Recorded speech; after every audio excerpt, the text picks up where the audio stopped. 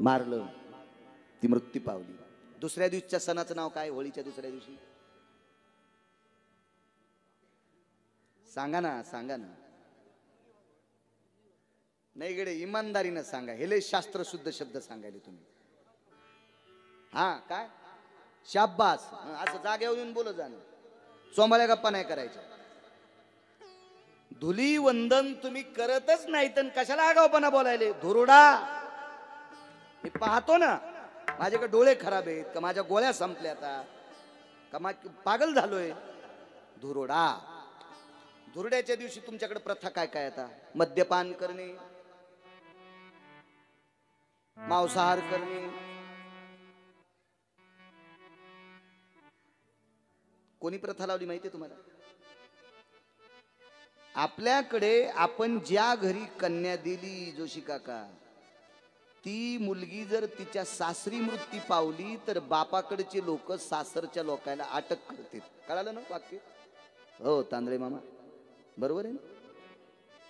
होय गजू काका. तिच्या माहेरची लोक कस काय मेली म्हणून अटक करते. ही कुठं मेली माहिती तुम्हाला? माहेरी.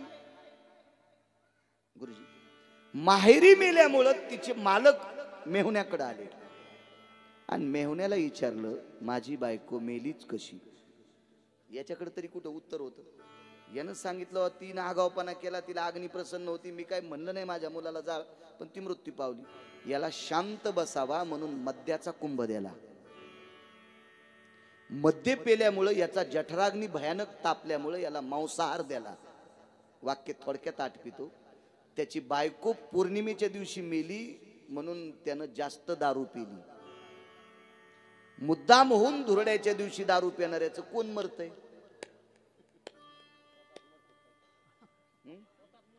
हो ना, मग एरवी मरण म्हण सुंबळ्या. त्या दिवशी कशाला मरायला?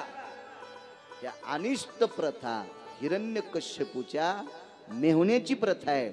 त्याचं नाव आहे विप्रचिती नावाचा राक्षस. विप्र म्हणजे ब्राह्मण, चित्ती म्हणजे वाईट, म्हणजे साधू चित्ती, वैष्णव चित्ती.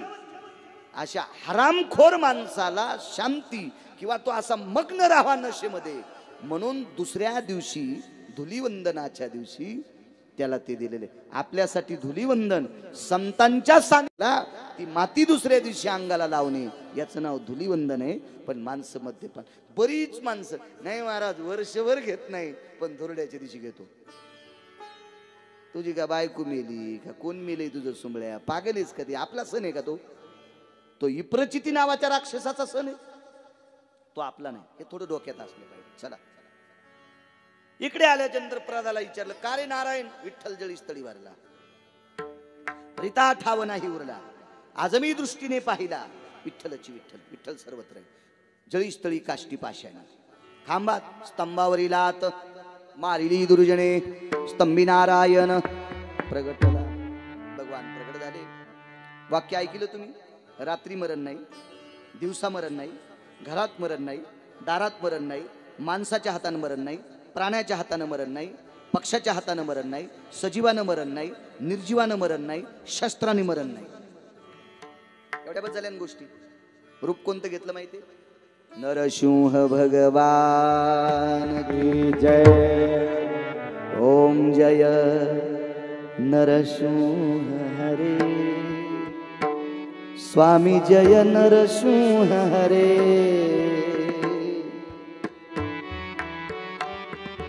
भगवान नरसिंह भगवान प्रगट. लक्ष्मी सरस्वती नरसिंह भगवान. माणसाच्या हाताने मरण नाही, इथून खाली माणूस. प्राण्याच्या हाताने मरण नाही, इथून वरी केशरीचं डोकं. रिशाती पारणी अंगाती भूतम, रिशाती पारणी अंगाती भूतम. रिश म्हणजे अस्वल, पारणी म्हणजे हात. हात अस्वलाचे, शरीर माणसाचं आणि डोकं शिवाचं. याला माणूस म्हणावा तर डोकं शिवाचं, पशु म्हणावा तर शरीर माणसाचं. माणूसही नाही, पशु नाही, पक्षी नाही, राक्षस नाही, असं त्यानं म्हणायचं बरं का. त्यानं, आपण नाही. आपण फक्त देव म्हणायचं. असं कोणी म्हणायचं? हिरण्यकश्यपून. मग संधी प्रकाश नावाचा एक प्रकाश असतो. सूर्य अस्ताला पावल्याच्या नंतर भगवान सूर्यनारायण प्रकाश देवतेचे किरण या रजकणात मिसळलेले असतात. सूर्याचं बिंब जरी मावळलं तरी रजकणात विलीन झालेला प्रकाश 15 ते 20 मिनिटापर्यंत प्रकाश दिसत असतो. त्याला संधी प्रकाश म्हणतात. मग पाहायला लावलं सूर्य नैवम भास्करोति बिंबानाम, म्हणजे दिवस नाही. बरं रात्र म्हणावा तर अंधार नाही ग. रात्र नाही आणि दिवस नाही, मधला काळ घेतलं उमऱ्यावर. गेहेशी त्यागा वैवासितानाम वैवासिताम नैव गेहेशी त्यागा मध्यानि बिंबानि सर्वाधि रूपम. अंगण नाही, दार नाही, उमरा घेतला, मांडीवर घेतलं आणि पाहायला लावलं. मी माणूस आहे का? नाही. राक्षस आहे का? नाही. पक्षी आहे का? नाही. पशु आहे का? नाही. हातात शस्त्र आहे का? नाही. नखाने चिरला. नख सजीव का निर्जीव? सजीव ना निर्जीव, दोन्हीतून सुटले. नख जर निर्जीव म्हणायचे तर मग वाढतेत कसे? गजू काका, आता हे मंडपाचे खांब लोखंडाचे निर्जीव आहेत. हे जर सजीव असते तर मंडप आकाशाला गेला असता ना पुढच्या पुण्यतिथीला. हे काय निर्जीव आहेत. मग नख जर निर्जीव म्हणावा तर महिनाभर कापू नका बरं. काही काही साधूच्या नखाच्या चुंबळी झाल्या, असं हातावर टाकलं तरच खाते, त्याला खाताच येत नाही. चुंबळी झाल्यात नखाच्या चुंबळी. नखाला जर निर्जीव म्हणावं तर वाढतेत कसे? आणि सजीव म्हणा तर कापताना दुखत का नाही? तुम्ही जरा माग कापा बरं, दुखत का नाही? तर माग इकडे कांड सोडून कापा ना, दुखत का नाही? सजीव आहे ना. मग नख सजीवाच्या तत्वात येते आणि निर्जीवाच्या बी तत्वात येते. न येन ती नामने यज्जायेतन क्रिया दहंती ती सजीवा जडत्वाति काया. मन जडाला जर स्वाभिमान झाला असेल तर त्यानं म्हणायचं. निर्जीवाला स्वाभिमान झाला असेल तर तू हे, सजीवाला स्वाभिमान झाला असेल तर नख तू हे. त्याला सांगितलं सजीव का निर्जीव? बाण आहे का? नाही. तलवार आहे का? नाही. चाकू आहे का? नाही. बर्छा आहे का? नाही. भाला आहे का? नाही. करू का सुरुवात? करा म्हणून. धरोनिया दैत्य वेगी मांडीवारी. क्या बात आहे? धरोनिया दैत्य वेगी मांडीवारी. धरोनिया दैत्य वेगी मांडीवारी. धरोनिया दैत्य वेगी मांडीवारी. नखाने तो चिरी पोट त्याचे. नखाने तो चिरी पोट त्याचे. धरोनिया दैत्य वेगी मांडीवारी. धरोनिया दैत्य वेगी मांडीवारी. नखाने तो चिरी पोट त्याचे. नखाने तो चिरी पोट त्याचे. धरोनिया दैत्य वेगी मांडीवारी. धरोनिया दैत्य वेगी मांडीवारी. गाथ्यातला पुरावा दिला. आणि गाथ्यातला पुरावा माथ्यात बसत असतो बरं. तुम्हाला आई सांगायची असेल, बाप सांगायचा असेल, भाऊ सांगायचा असेल, बहीण सांगायची असेल, भाचा सांगायचा असेल, मामा सांगायचा असेल, कुत्र सांगायचं असेल, मांजर सांगायची असेल, बैल सांगायचा असेल, डुक्कर सांगायचा असेल, पुरावा गाथ्यातला द्या. कुत्र्याच्या बाबतीत पण काल सांगितलं. देशोदेशी धाक जयाच्या उतरे तयाचे कुत्रे परिभर. वजनदार माणसाच्या दारातलं कुत्र परवडलं आणि भिकार चोटाचा मालक परवडत नाही. निचाचे चाकर चुकलिया खाती मार. निचाचे चाकर चुकलिया खाती मार.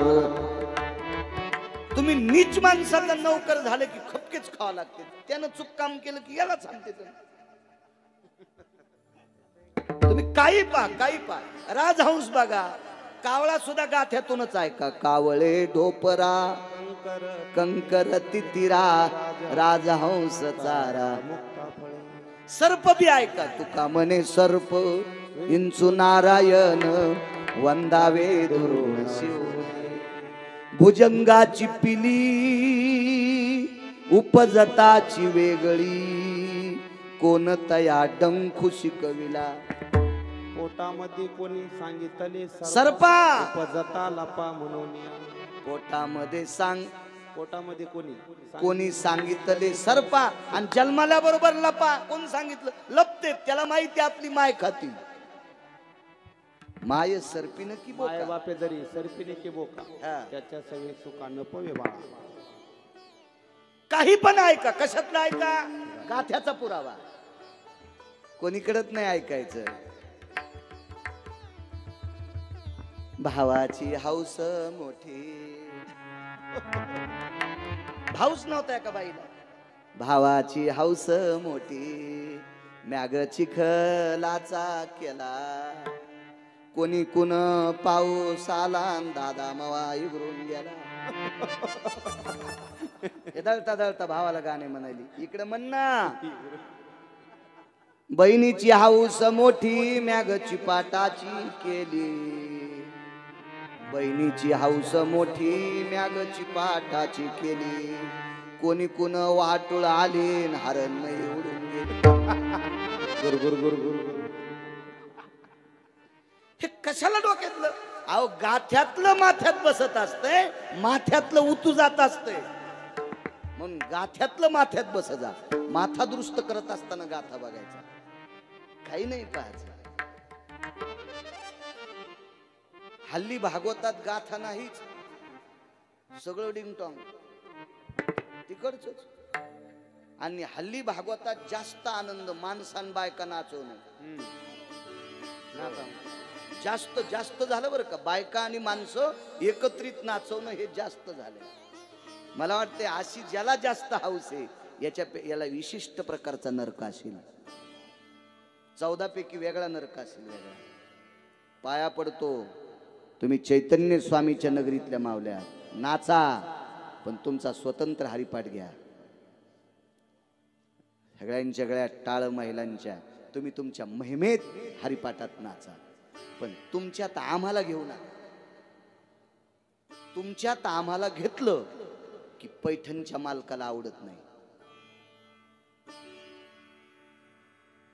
गिरगावचा बाळ्या काही बी सांगलो तुम्ही कशाला मान्य करता. पण गिरगावच्या बाळ्यानं गाथ्यातलं सांगितलं तरच मान्य करा. ऐका पैठणच्या मालकांचं. ऐका ऐका ऐका. कोण पैठणचे मालक? 36 वर्ष जगाचा बाप. आपण गोनगुळ्या उघडू उघडू बेजारी तरी आपल्या स्वप्नात नाही. आणि तो नाथांकडे धोत्र धुवाला होता. धोत्र. हरिपंडिताचे कपडे धुतले. गिरिजा काकींचे लुगडे धुतले. लुगडे. त्या मालकांचं वाक्य मारा. त्या मालकाच्या वाक्याला तडा दिल्यावर आपल्याला कुठं हरपळा हे देवाला तरी कळन का? म्हणून विशिष्ट प्रकारचा एक वर्ग आहे बरं का प्रत्येक गावात. ते परमार्थ गढूळ करण्याच्या मागे आहे. त्याला काही घेणं नाही. त्याला फक्त परमार्थ गढूळ करायचा आहे. पण विशिष्ट प्रकारच्या वर्गाला राग आला तरी येऊ द्या. पण या स्वामींच्या परंपरा तुम्ही मोडू नका. या स्वामींचे तत्व सांभाळा. या संन्यासाचे तत्व सांभाळा. या ब्रह्मचार्याचे तत्व सांभाळा. तुम्ही गावाचं स्वर्ग व्हायला वेळ लागणार नाही.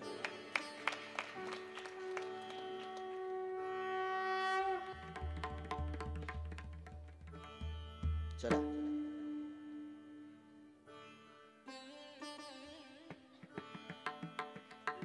मारलं हिरण्यकश्यपूला. प्रल्हाद काय देऊ देवा. राक्षसाच्या कुळात जन्माला आलो, मला किती मानतोस? देवानं सांगितलं कुळ जरी राक्षसाचा असेल पण तुला त्रास देत होता याच्या करता हे अवतार घेतलाय बघ. तेव्हा जुळे लेकर होतील, तिळे लेकर होतील. एका लेकराला 2 डोके असतील, 2 नाका असतील, 4 हात असतील, 2-3 पाय असतील, कुठंतरी एखादं वेगळं अवयव असेल, अशी लेकरं जन्माला येतील. पण असं लेकरू एखाद्याला झालंय का? डोकं शिवाचं, शरीर माणसाचं, हात अस्वलाचे, असं ऐकलं का? पाहिलं का? आपल्या देशात जाऊ द्या, विदेशात तरी. बरं असं काय औषध दिल्यावर त्या आईला डॉक्टरनं औषध दिल्यावर असं लेकरू होईल? हे तुझ्यासाठी घेतले रे बाळा, तुझ्यासाठी घेतले.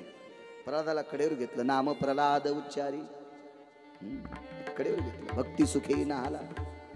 देवा एक बोलू का? माझे पिता जरी वाईट असतील देवा, माझे पिता जरी राक्षस कुळातले असतील, राक्षस असतील, पण देवा त्या अपवित्र कुळात मी भजन करणारा जन्माला आलो. बघ ना आमच्याकडे काहीतरी, बघ ना देवा, बघ ना रे देवा, बघ ना देवा. मास्तरचं पोरग मास्तर झालं काही नवल नाही रे. डॉक्टरचं पोरग डॉक्टर झालं काही नवल नाही रे. इंजिनियरचा मुलगा इंजिनियर झाला काही नवल नाही रे. महाराजाचं पोरग महाराज झालं काही नवल नाही रे.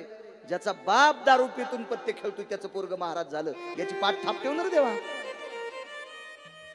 अरे ज्याला परंपरा आहे ते परंपरेतलं झालं असेल काय नवलाची गोष्ट आहे. बाळू महाराजाच्या मुलानं श्लोक म्हटले काय नवलाची गोष्ट आहे. बाळू महाराजाचा मुलगा भजन म्हणतो काय नवलाची गोष्ट आहे. हौदातलं पाणी उपसायला ते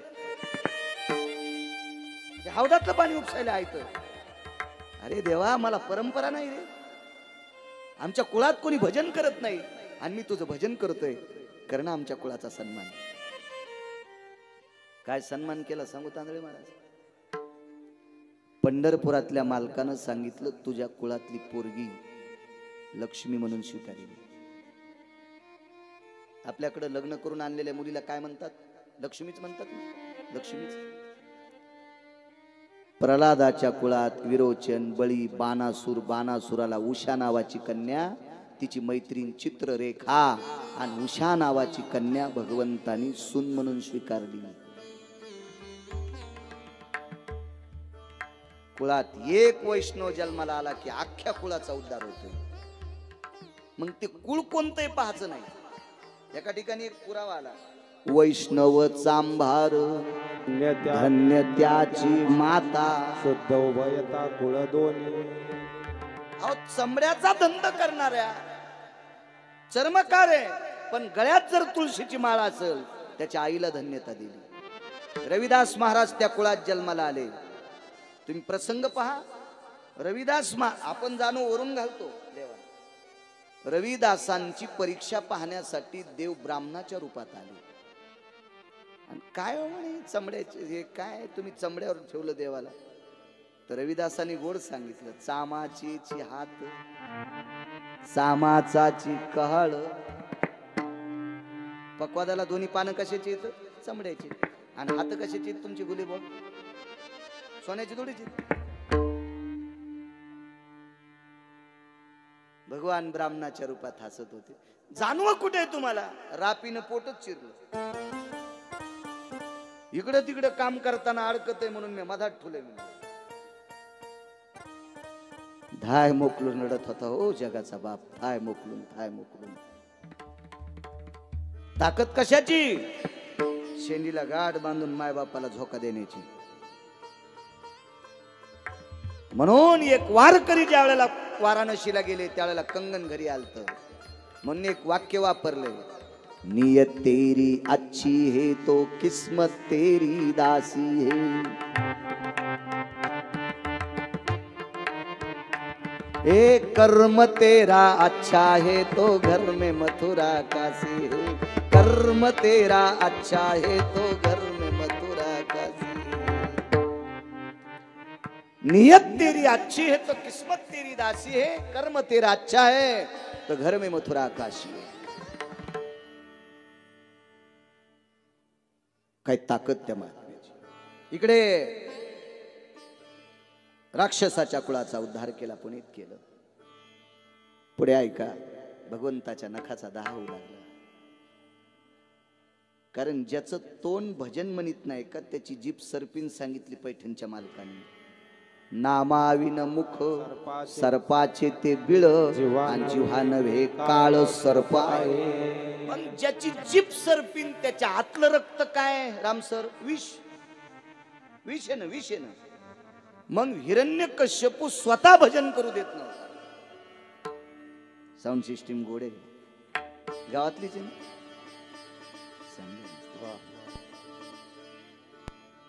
लग्न झाले ना. कसं आहे, आपल्याकडची एखादी पोरगी दिली असती म्हणजे आपल्या सप्त्यात न्यायला सोपं गेलं असतं. कोणाला कशाचं कोणाला कशाचं काय गपळी झळकतीनं आपलं तुपलं ओळखीती आहे का नाही. चांगले माणसं भेटा. इतकी चांगली साऊंड सिस्टीम देणारा आपल्याकडचा जावाई झाला म्हणजे यावर का जावाई या जाताना हिशोबात वाट लावताय तू. काय तुमचं आधीच केलं, आता काय करता त्याला. जाऊ.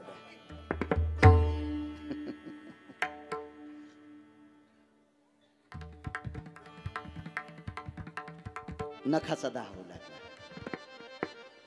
तेव्हा ज्याच्या वाणीमध्ये भगवंताचं चिंतन नाही त्याचं पूर्ण शरीर विस्मय असते. विस्मय विस्मय असते. ज्या वेळेला भगवंताने त्याचं पोट विदारलं त्यावेळेला त्याचं विष नखाला दाह करीत होतं. करावं काय? भगवंतानं अशी नखे झटकिल्याबरोबर हिवराच्या झाडावर पडलं. हिवराची दाट सावली सज्जनी वाळीली.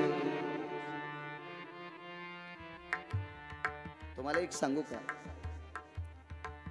आजही हिवराच्या लाकडावर स्वयंपाक करण्यासाठी जुन्या काळातल्या मावल्या नाकारतात. हिवराचं लाकूड इस्तवात टाकल्याच्या नंतर त्याच्यात विशिष्ट प्रकारचा एक धूर आहे. तो धूर शरीरातलं सूक्ष्मीकरण करण्याऐवजी फुफ्फुसावर अटॅक करून शरीरावर इतरत्र प्रकारचे रोगाचे कारण वाढवत असतो तो धूर. तुम्हाला एक सांगू का, एक ठराविक लाकडं आहेत हवनात वापरली जातात सामुग्री. मला तिला संमिदा म्हणतात ना. संमिदा रुटीचा असेल, आंब्याचा असेल, वडाचा असेल, पिंपळाचा असेल, जांभळीचा असेल, शमीचा असेल. ही ज्या वेळेला विस्तवात लाकडं पडतात आणि यांच्या अग्नीवर तूप, जव, तीळ, गूळ, अक्षद ह्या लाकडांच्या सानिध्यात ज्या वेळेला एकरूप होऊन जळतात का त्याचा धूर वस्तूचं सुद्धा सूक्ष्मीकरण करत असतो. म्हणून आपल्याकडे वास्तुपूजा करण्याची पद्धती ते ह्या वस्तू टाकून. हिवराला एक विशिष्ट प्रकारची अशी गंडल येतात. हिवर जर जुनाट असेल ना त्याच्या फांद्याला अशी गंडल येतात. सुनेला जर सासू आवडली नाही तर एका दिवशी संध्याकाळी खिचडी, भजे, कुरकुरीत पापड सासूला यथेच्छ खाऊ घालायचे आणि एक हिवराचं गंडल आणून असं बारक्या दगडावर घासायचं आणि थोडंसं दुधात टाकायचं आणि म्हणायचं आत्या हळदीचं दूध प्या. सकाळच्याला कपडा आणायला जायचं. सोपं झालं त्याला. अण्णा पण नाही हो नाही, ऐका ना पुढचं अण्णा, ऐका ना ऐका ना ऐका ना पुढचं. असं कसं सांगेल काही बी. मग ज्या सुनेनं सासूसाठी असं केलं त्या सुनेला अशी सून भेटणार. दिवा लावता लावताच सासू झोपल्याच्या नंतर मुद्दाम अंगावर टाकणार. बाई रात्री उंदरानं दिवा पाडला आणि आत्या रात्रीच जळाल्या. अशी सून तिला भेटल. हिवरामध्ये 20 सांगितलं बरं. अजून 5-4 तत्व आहेत पण वेळ फार पुढे गेलाय. आज काय करायचं माहितीये का, भगवंताचा जन्म म्हणून नारळ तर फोडायचंच. मग सांगतो सगळ्या कथा. इंटरव्हेल तुम्ही म्हणू लागले बापू बरं आता हे माणसं आहेत मी का रेडे आहे का, मग का गुडघे दुखत नाहीत का, मग तर एरीच अपघातात मोडलेले याच्यानंतर आधीच तर रेंज येते. पण 1 तर 3 तास हल्ली 3 तास भागवतात झाक्या मध्ये एक अर्ध प्रमाण तर बद्ध आहे मुद्दाम आहे. प्रमाण पुरावा देण्यासाठी आहे ना पुरावा. काय होतं माहितीये का, जितका वेळ भगवंताच्या चिंतनात घातला का तितका वेळ वक्त्याला त्याचा आशीर्वाद मिळत असतो. आणि वक्त्यानं 3 तास जर इतरत्र कामात घातले तर श्रोत्यांकडे मिळालेल्या आभास पापाच्या प्रत्ययानं वक्ता नरकाला जात असतो. म्हणून आपल्या घडीचे काटे कुरकुर कुरकुर कुरकुर फिरते ते बघत राहायचं नाही, आपण आपलं बोलत राहायचं.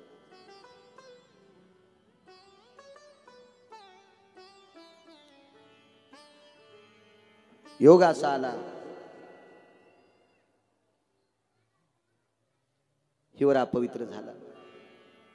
7व्या अवतारामध्ये विकल्प नावाचा एक प्राण आहे, एक जीवातली एक व्यक्ती आहे. हा विकल्प हिवराच्या झाडावर आरक्षित झाला. एकाही झाडानं विकल्पाला आपलंसं केलं नाही, हिवरानं आपलंसं केलं. आणि मंथरा ज्या वेळेला पुष्पान्याकरता निघाली त्यावेळेला मंथरा त्याच झाडाखाली बसली, त्यावेळेला विकल्प तिच्या अंगावर गेला. विकल्पाला हिवराच्या झाडावर बसण्यासाठी देवतेनं सांगितलं, कारण विकल्पाला सांगितलं एकही झाड अपवित्र नाही तुला बसू द्यायला, बेश्रम सुद्धा बसू देणार नाही, बेश्रम सुद्धा बसू देणार नाही. का नाहीच जर काठी भेटली तर पताका बेश्रमाच्या काडीत पण लावता येते, कारण पताकीत इतकी ताकद आहे. काडी कोणती लावली ती सांगूच नको, पताका त्याला पवित्र करते. साबरी वाढिन्नल्या सरळा वरी फळनात पोकळा कास्तन झाले गळा शिळी जैशी. एवढं अपवित्र. म्हणून तर गोकर्ण चरित्रामध्ये 7 कांड्याच्या इळूमध्ये धुंदुककारी बसिलता.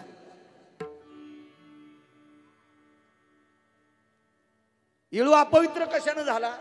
जगाच्या नाशाकरता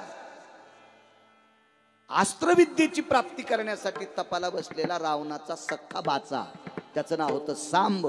लक्ष्मणाच्या हातात अस्त्र पडलं आणि हा मृत्यू पावला. ह्या नालायकाचं रक्त वेळूच्या जाळीला लावलं, त्यावेळेसपासून इळू अपवित्र. पताकेने इळू पवित्र केला. तुम्हाला सांगतो, मलया निळू चंदन सगळ्या झाडाला सुगंधी करते पण इळूला करीत नाही.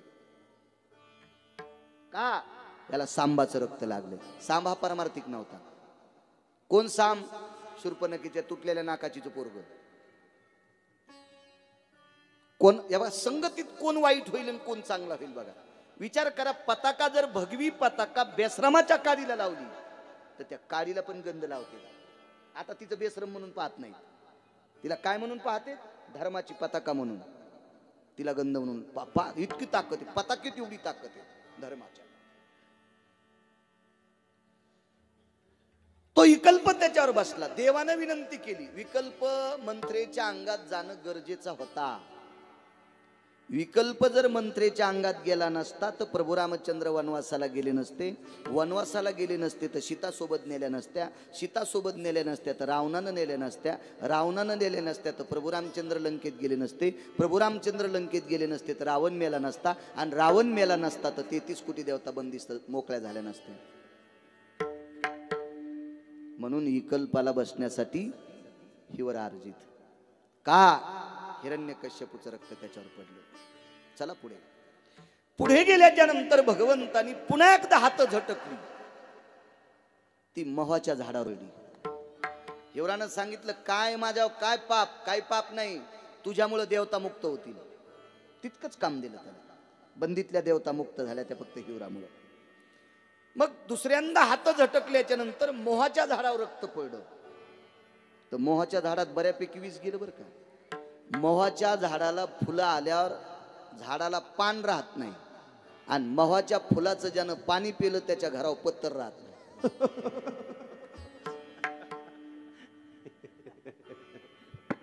हे ओरिजिनल विष गेलं मोहाच्या झाडाला, ओरिजिनल. पण तोही शरण आला. आमचं काय असं पाप की देवानं आमच्यावर टाकलं? मग लुप्तादि पिंडाति वसंती काला यतोति तर्पण्य द्रोणे स्थितायाम यत चंदनेनम यत पिंड जायम पितरादि तृप्ति आधिपत्याति जायम. त्याला वरदान दिलं, पितृपक्षाच्या दिवशी तुझ्या पानाची केलेली पंत्रवाळी त्याच्यावरचा नैवेद्यच पित्राला अर्जित होईल. आणि त्या मोहाच्या पानाचा द्रोण करायचा, त्याच्यात ते हळीत उघडायची आणि तोच गंध पक्षाच्या दिवशी पित्राला लावायचा या बोटाने. त्याला ते वरदान देऊन टाकलं. आता थोडंसं विसरायलं बरं. मग करावं काय? औदुंबराचं झाड होतं, त्याच्या पानामध्ये नख रोवली, देवाचं विष शमन झालं.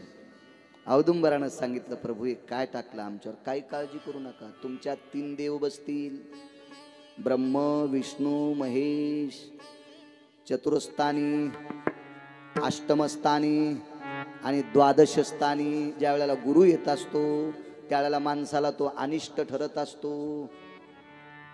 ज्याला चतुर, अष्टम आणि द्वादश स्थानात गुरु असला की दुसऱ्याचं भांडण मिटवायला जाणाऱ्याला पण काठी लागत.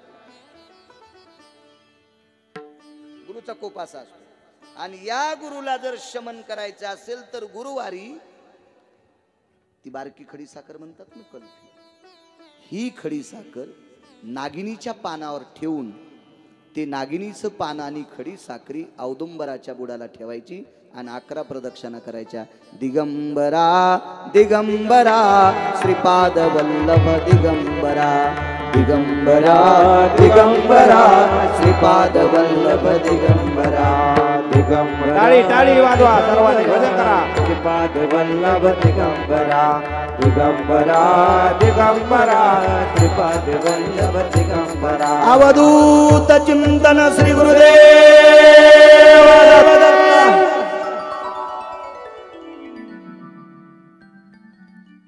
दुसरा आशीर्वाद दिला, तुला सतत फळ येईल. औदुंबराचा बार कधी संपत नाही, एक फुलवारा गेला की दुसरा येत असतो. नित फळ उंबराशी सतत. उमराच्या दोड्याची भाजी खात जा कधी कधी. शरीरातले 3 प्रकारचे आजार कायमचे नष्ट होतात, कायमचे जातात 3 प्रकारचे आजार. वक्ते बाबा सांगायचे. ते उमरा असे बारीक असतात ना, त्यावेळेला मोठे झाल्यावर त्यांच्यात एका जीवाचं वास्तव्य असतं, पण ज्या वेळेला बारीक असतात का त्यावेळेला त्याच्यात जीव नसतो. एकदम ती अशी, हे आजार नाहीसे होतात. म्हणून शांती ब्रह्म एकनाथ महाराजांकडे सोन्याची जरी ताटं होती तरी महाराज केळीच्या आणि पलाश पात्राच्या पंत्रावळीवर जेवत होते.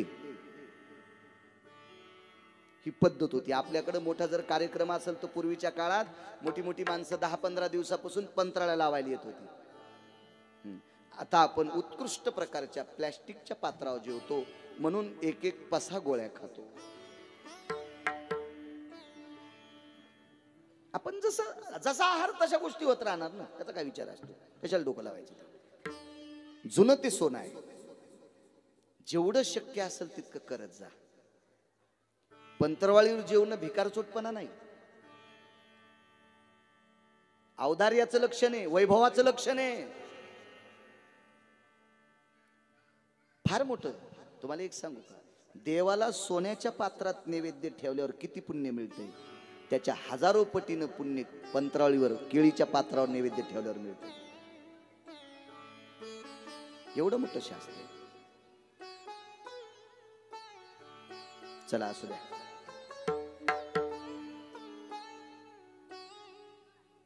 इति श्रीमन महाभागवते पुराणे सप्तम स्कंधो अध्याय हरये नमः. अर्धा तास शिल्लक झाला का? होऊन गेला टाइम? असं का? हो दे, काय होता हातात हे सगळं. जाऊ दे, काय होते 10-5 मिनिटं शिल्लक बोललं. स्वामींची सेवा आहे, काय तर काय होते. चलो द्या. नाही आता नाही, मी असा गडी नाही ना बैलाला मारणार.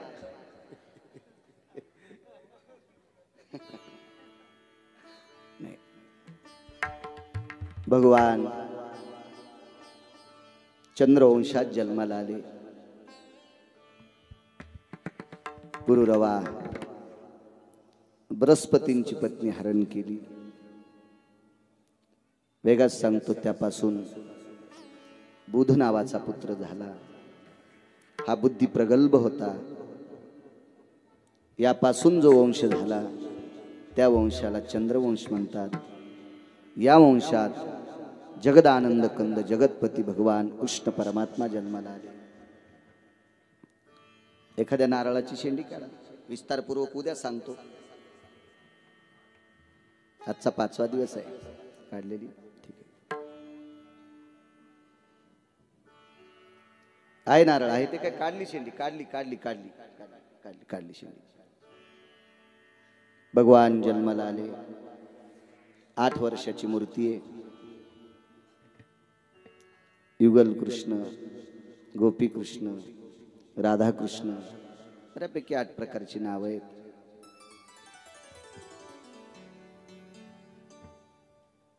देवकी मातेच्या पोटी जन्म घेतला. विस्तारपूर्वक सांगतो तुम्हाला नंतर उद्याला, काही काळजी करू नका. देवकीच्याच पोटी का घेतला? वसुदेवच पिता का स्वीकारले? मग एवढी मोठी देवकी आणि वसुदेव अधिकारी असताना सुद्धा 11 वर्ष 53 दिवस दुसऱ्या आईकडे का गेलाय? याला इथे का थांबता आलं नाही? देवकीचे 6 तिच्या भावानी का मारले? योगमायेनं तिथं 7वा का गेला? याचा विस्तारपूर्वक तुम्हाला सांगतो उद्याला. कारण सांगू का बापू, भगवंताला राजा परीक्षितीला शुकाचार्यांनी बऱ्यापैकी रामावतार वगैरे वगैरे, समुद्र मंथन, वामन अवतार असं वेगात सांगितलं. पण परीक्षिती महाराज शुकाचार्यांना म्हणले, गुरुदेव मी ज्या कुळात जन्मालो ते कुळ जरा विस्तारपूर्वक सांगा ना. असं पळत सांगू नका. पण कालच पुरावा पाहिला ना, कालच बघितला मी मोबाईलवर पुरावा. वाचत राहत असतो चलता. याच्याकडे मोठाले मोबाईल येतात. आपल्याला जरी नसला तर काय, शेजाऱ्याच्या इरीला पाणी लागलं ना, मी मारुतीला नारळ फोडीत असतो. आमच्या पोराईची आई म्हणजे माझी बायको मला म्हणली, त्यांच्या विहिरीला पाणी लागलं ना, आपण मारुतीला कशाला नारळ फोड? म्हणलं तू येडी आहेस. आपल्या कापसाला जरी पाणी नाही दिलं तर आपल्याला फवाऱ्याला आणता येते. निदान आपले बैल तरी पाणी पाजायला नेता येते ते विहिरीला. म्हणजे असं माझी बायको म्हणत नाही, हे सारं तुमचं सांगायला. नसू द्या ना आपल्याकडे मोठ्या लोक सोबत आहेत, त्यांच्या ह्याच्यात पाहायचं कधी आपलं. कालच पाहिला होता राजा परीक्षितीने स्वतः